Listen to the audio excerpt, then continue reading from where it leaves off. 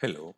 In this video, we're going to see step by step how you can use WayMore email editor to create an email newsletter. First of all, you need to select your audience, your channels, your flow, and once you have as a primary channel your email, we need to go to setup. Once you're here, and let's say that you have also added all the necessary information for your campaign, let me also do something similar. Okay, and you're here, and let's say that you don't want to create or edit something that pre-exists. You can go here, create a new template, and start the email editor. Once you click on create, you can enter the email builder, and again you can see again some options that you have in pre-existing templates. We can go straight to create new.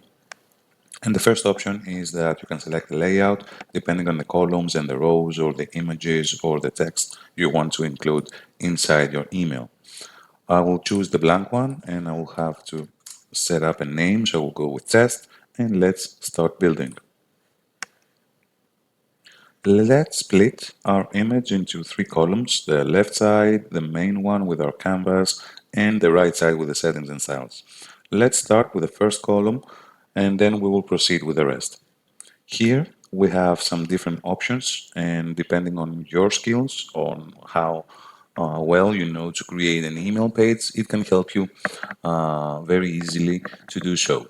If you have some experience from creating something like this, it will be very, very easy for you to see and complete something in a very few minutes.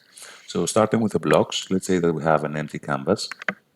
You can start by drag and dropping, adding things here in order or whatever, however you want, or you can change them, drag and drop, and change the order or do whatever you want. Once you do that, you need to have something inside the interior, like a background image or a text or an icon or a button. So we're going to see all of these. Once you want to erase something very fast and quickly, you can go here to the small trash bin icon, and of course it's going to be deleted immediately. Otherwise, you can go straight up here to the same icon and clean your entire canvas. So let's see. I will go and add two columns. The first one will have a background image.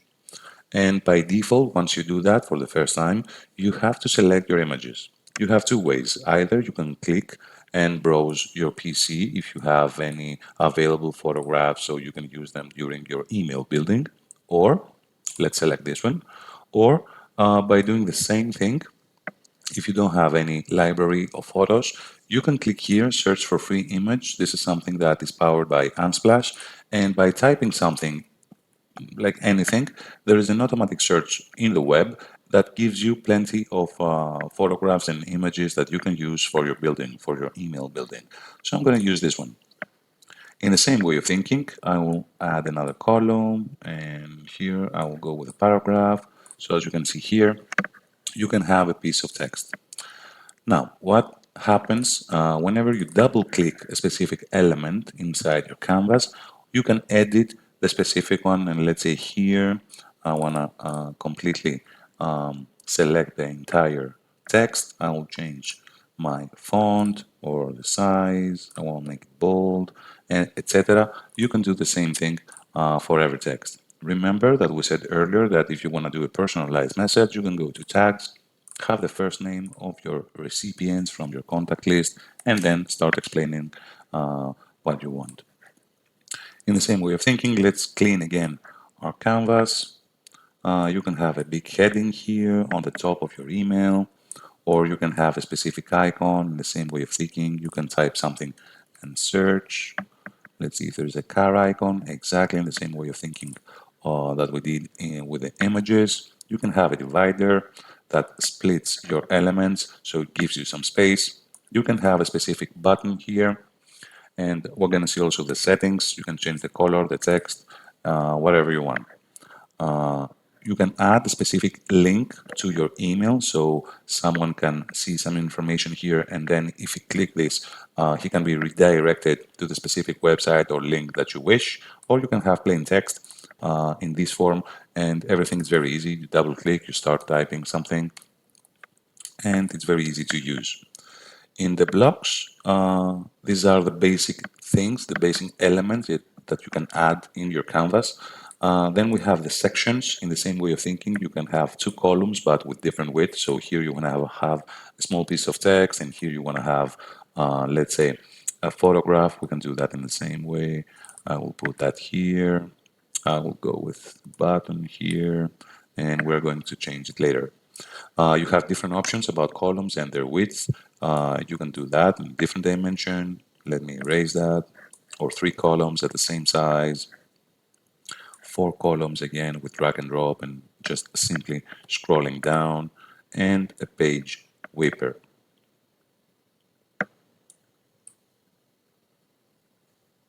And we have already one, so we can add another one. Okay. We move on to the extras. Here we have custom code. So this is for the advanced users. You can come here, copy, paste, or just type code. So you can add an element or you can edit that, a quote, and grid items. Then we have the social, and you have a social follow. You can add it here. We have all the social images from the platforms, and of course, easily you can select to change them to white, to black, to transparent, and we're going to see that also in the setting size. Then we have the modules. In case you don't know or you don't have an idea how an email or a page should look like, we have easily for you some contents here that will make your life easier. Let me again clean my canvas. And let's go from the top, from the header, so up in the upper part of your email. You can have this, or you can have a logo or a title of your email. So we are giving you some ready templates and ideas for a header. In the same way of thinking, you can have the main content of your email, of your campaign, with a small photograph, text, a button, in better or better view with better setup of the elements. Then you can proceed with something like a price list for your products, or you can have whatever you want by creating simply by drag and drop an element. After the content, you can have some products and promote them. We have again some ideas here of how you can set up some products in your email campaign. In the same way of thinking, you can select whatever you want with drag and drop and do some editing. I will put that here. And after the products, we have some banners that you can easily, again, edit, use, or get an idea in order to create your own one, what is suits your case.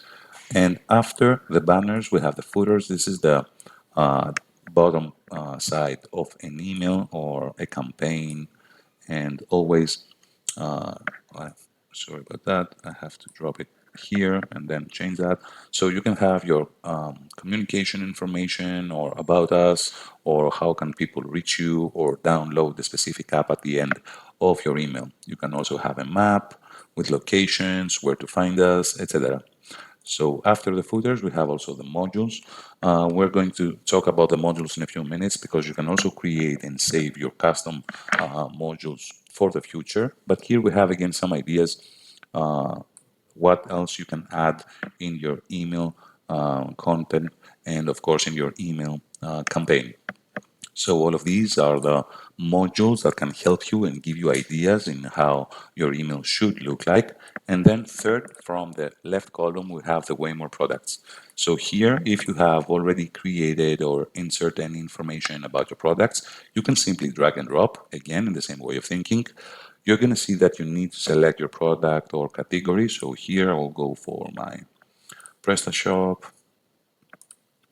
I will go for clothes, man, and a printed T-shirt. So just because we have already created some templates, again, I can use it here and bring it to my email. Again, of course, you can edit something, or I will show you in a few minutes how you can save something as a custom module and use it for the future. So this was the left side of our editor. Let me again clean my canvas. Let's go back and have a few things. I will have a paragraph here. I will have an image here. Let's go for this one. I want a button, and I want a single image here. I will go with the Unsplash and home.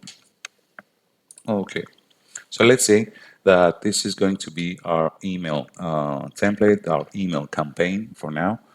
Let's have also a header. It would be nice. Okay, so I can also use the undo button so I can remove something or bring it back in case you're not sure about something. So let's leave it like this and see what happens. Then in the main window that we have in our canvas, we have two options. We have the show of the borders and not. This is something that helps people understand all the elements differently and have a better view or while they're editing their email campaign. And of course, we have the personal note here. By doing this, you can have and leave a note. Don't forget to change the colors. And of course, you can leave this small note either to yourself for the future, or if there are too many users, of course, you can communicate between you and your partners and leave a specific note in order for something to be done inside the editor. I can remove it very easily. Okay, and I can close it. While you're editing something and we are explaining the main window, of course, you can have the different views for your email in different devices. So this is how it's going to look like in a PC. This is how it's going to look like in a tablet mode. And of course, this is how it's going to look like in a mobile phone. This is the edit view. So you can go also here to the preview for better understanding of your creation. Again, this is a desktop.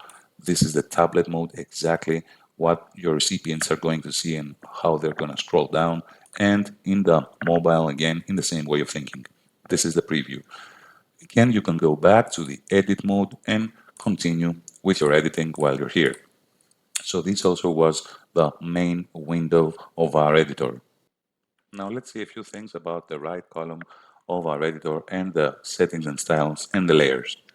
Let's split this right column in half, in the upper part and the lower part. The lower part, where you see the general, the quick settings, dimension, typography, etc., are the same and they remain the same for every element that you are editing. They're always there. But on the upper part, every element, depending on what it is, it has its unique settings. So the upper part is always changing depending on what you're selecting. Once you select something, as we already said, you can edit with a double click all the interior and you can have your personalization. And of course, by just selecting that, you can see the component settings, the specific unique settings of this element. Let's see now what different options we have. We're going to see first the common and same settings for every element, and then we're going to see the unique ones. Also, once you click a specific element, by default, the quick settings are being enabled so you can have easily what can be done for this specific element so you don't have to search around the different sections. So if you click the image, again, it's unique settings and the quick settings. The text, unique settings again, the component settings, and the quick settings in the same way of thinking. So let's say if I select something, let's say if I select the button and I want to make some changes inside the button, that's okay and we're going to see them. But if you want to change something in the parent component, so if I click the parent component, I also select the table that surrounds my button. And if I go again to the parent component, you're going to see that I'm going to select also the upper part. So depending on what you want to edit, you have to select the appropriate field. Also, with this cross, you can drag and change the position of something. And again, you can move it all around your canvas. There's also a duplicate function in every element. So just by clicking that, you create a duplication of the selection. I will erase that. And now let's go and see the settings. I have selected my text by default. My quick settings are here. I can change, of course, the font size, of course. I can do it from medium. I can go to the ultra bold weight, so see how that changes immediately. And of course, the color of my text. I can also make a fade out here, depending on what I want, etc. Then, after the quick settings, we have the general ones. Here we have some alignment, some display. So this is a block and this is a static one. So whenever I scroll down, it remains at the same position. If I do relative, again, but if I go to absolute, it takes all the margins to the entire page.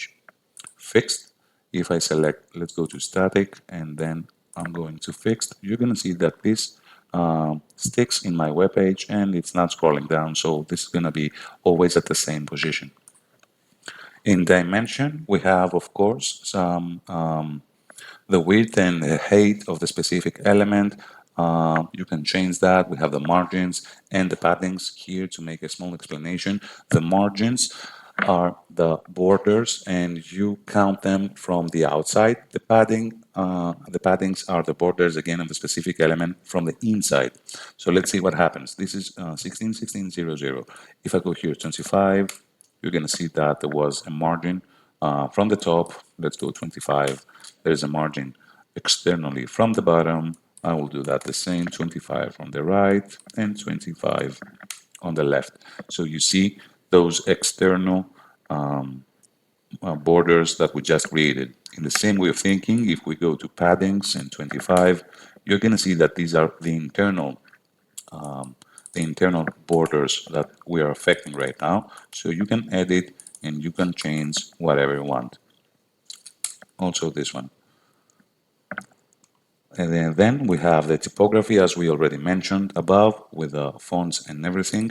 You can change the alignment of your text from the right to the center to the full page. You can add a shadow. Let's do that. You can add a shadow depending on the position, vertical, horizontal. And let's see, 5 here.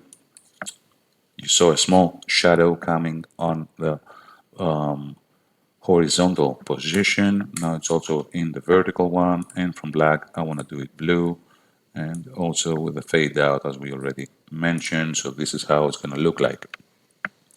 On the decorations, we have the opacity. This is the transparency of the specific element.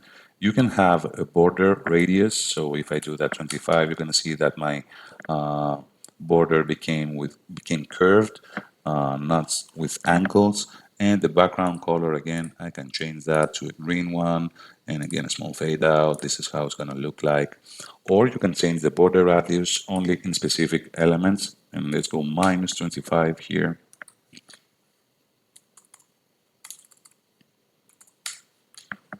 And 25. Okay. Then we have again the border width or the border style. If you want to have a dotted one or a double one, you can see a groove. And of course, again, change the coloring of the border in the same way of thinking. As we added a shadow in the texting, we have a box shadow in the same way of thinking. I will do that at 5, horizontal, vertical, and the color is going to be this one. So now we have a shadow for the box, not for the text. Shadow type, you can select if you want to have it inside or the outside. And of course, you can have a specific background with different layers and images. We'll use this one. Again, in the same way of thinking, you can do whatever you want. It's very easy to use just by clicking the specific element. In the extras, we have the transition. This has to do with animation, if you want to change something or move something. And the transform, of course, has to do with the rotation, again, in all positions, vertical, horizontal, or in a cycle mode. So again, this is going to turn 25 degrees like this. Remember, and let's use it, you can undo whatever you're not sure about your setting, and of course, go back and change that in every order. So once we saw all the common and same settings for every element, now we need to see the specific ones, what we can do. So from here, we can add a URL and people that are inside the text and they are clicking that, they can be redirected to somewhere else. If I select the image, again, I can have a text or a title, and that's it. Now, if I have my button, again, in the same way of thinking, I can change what it is inside. So my text will be click here. And again, you can have a link that your recipients can click it and be redirected to a different website. Let's go here for WayMoreio. So once you click this one, you will be redirected to this site. Let's see the classes. The classes are sections with a unique ID, and you can add a class in an element from the D&D through code. But also, if I have selected my button here, and let's say that you can see that the state is here, I will go to hover, and I will change the color to green, and I will go also to click, and I will do that blue. So what happened? We go back to state, so the button looks like this, but if I hover over my mouse, it will be green, and if I click it, it will be blue. So depending on the case, what you want to create, you can have different selections from here and different options. Then we have the layers. The layers, you can imagine that is the tree of your email, let's say, of or your site, of what you're building. The layers will help you easily to understand what you have selected, what you can edit, change the order, or change the name of something. Let me show you a ready template. Since we have finished with the basic settings, I will select a specific template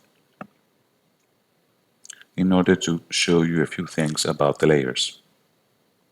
Edit in Builder.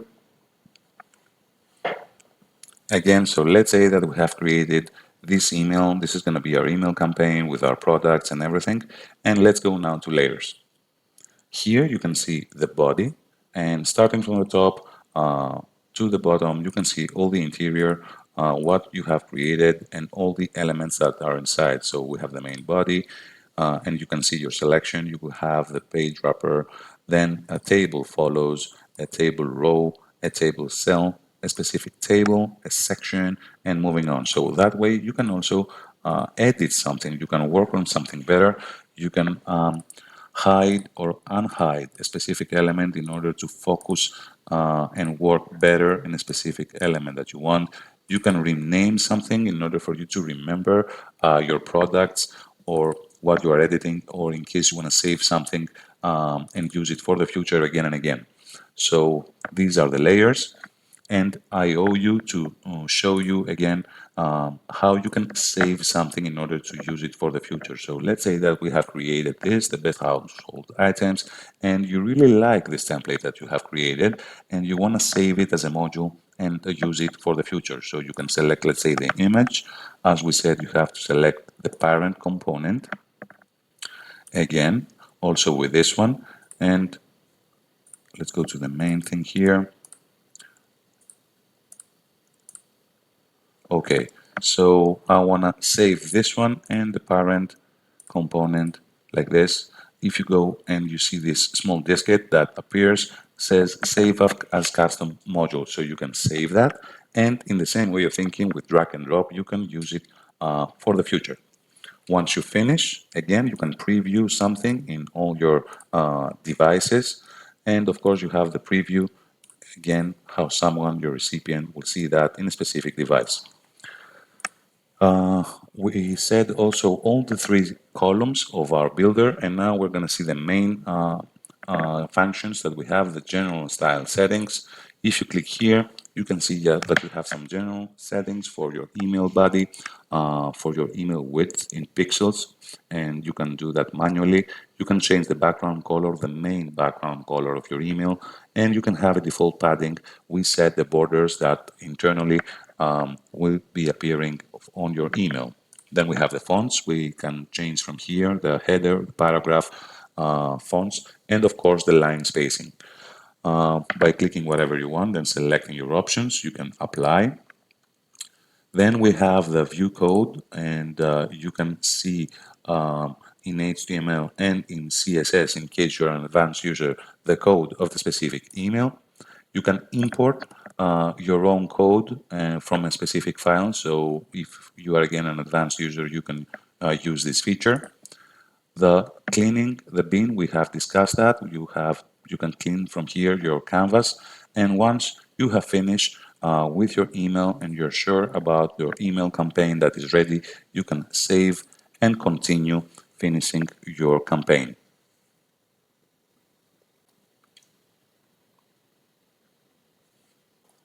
Thank you for watching this video.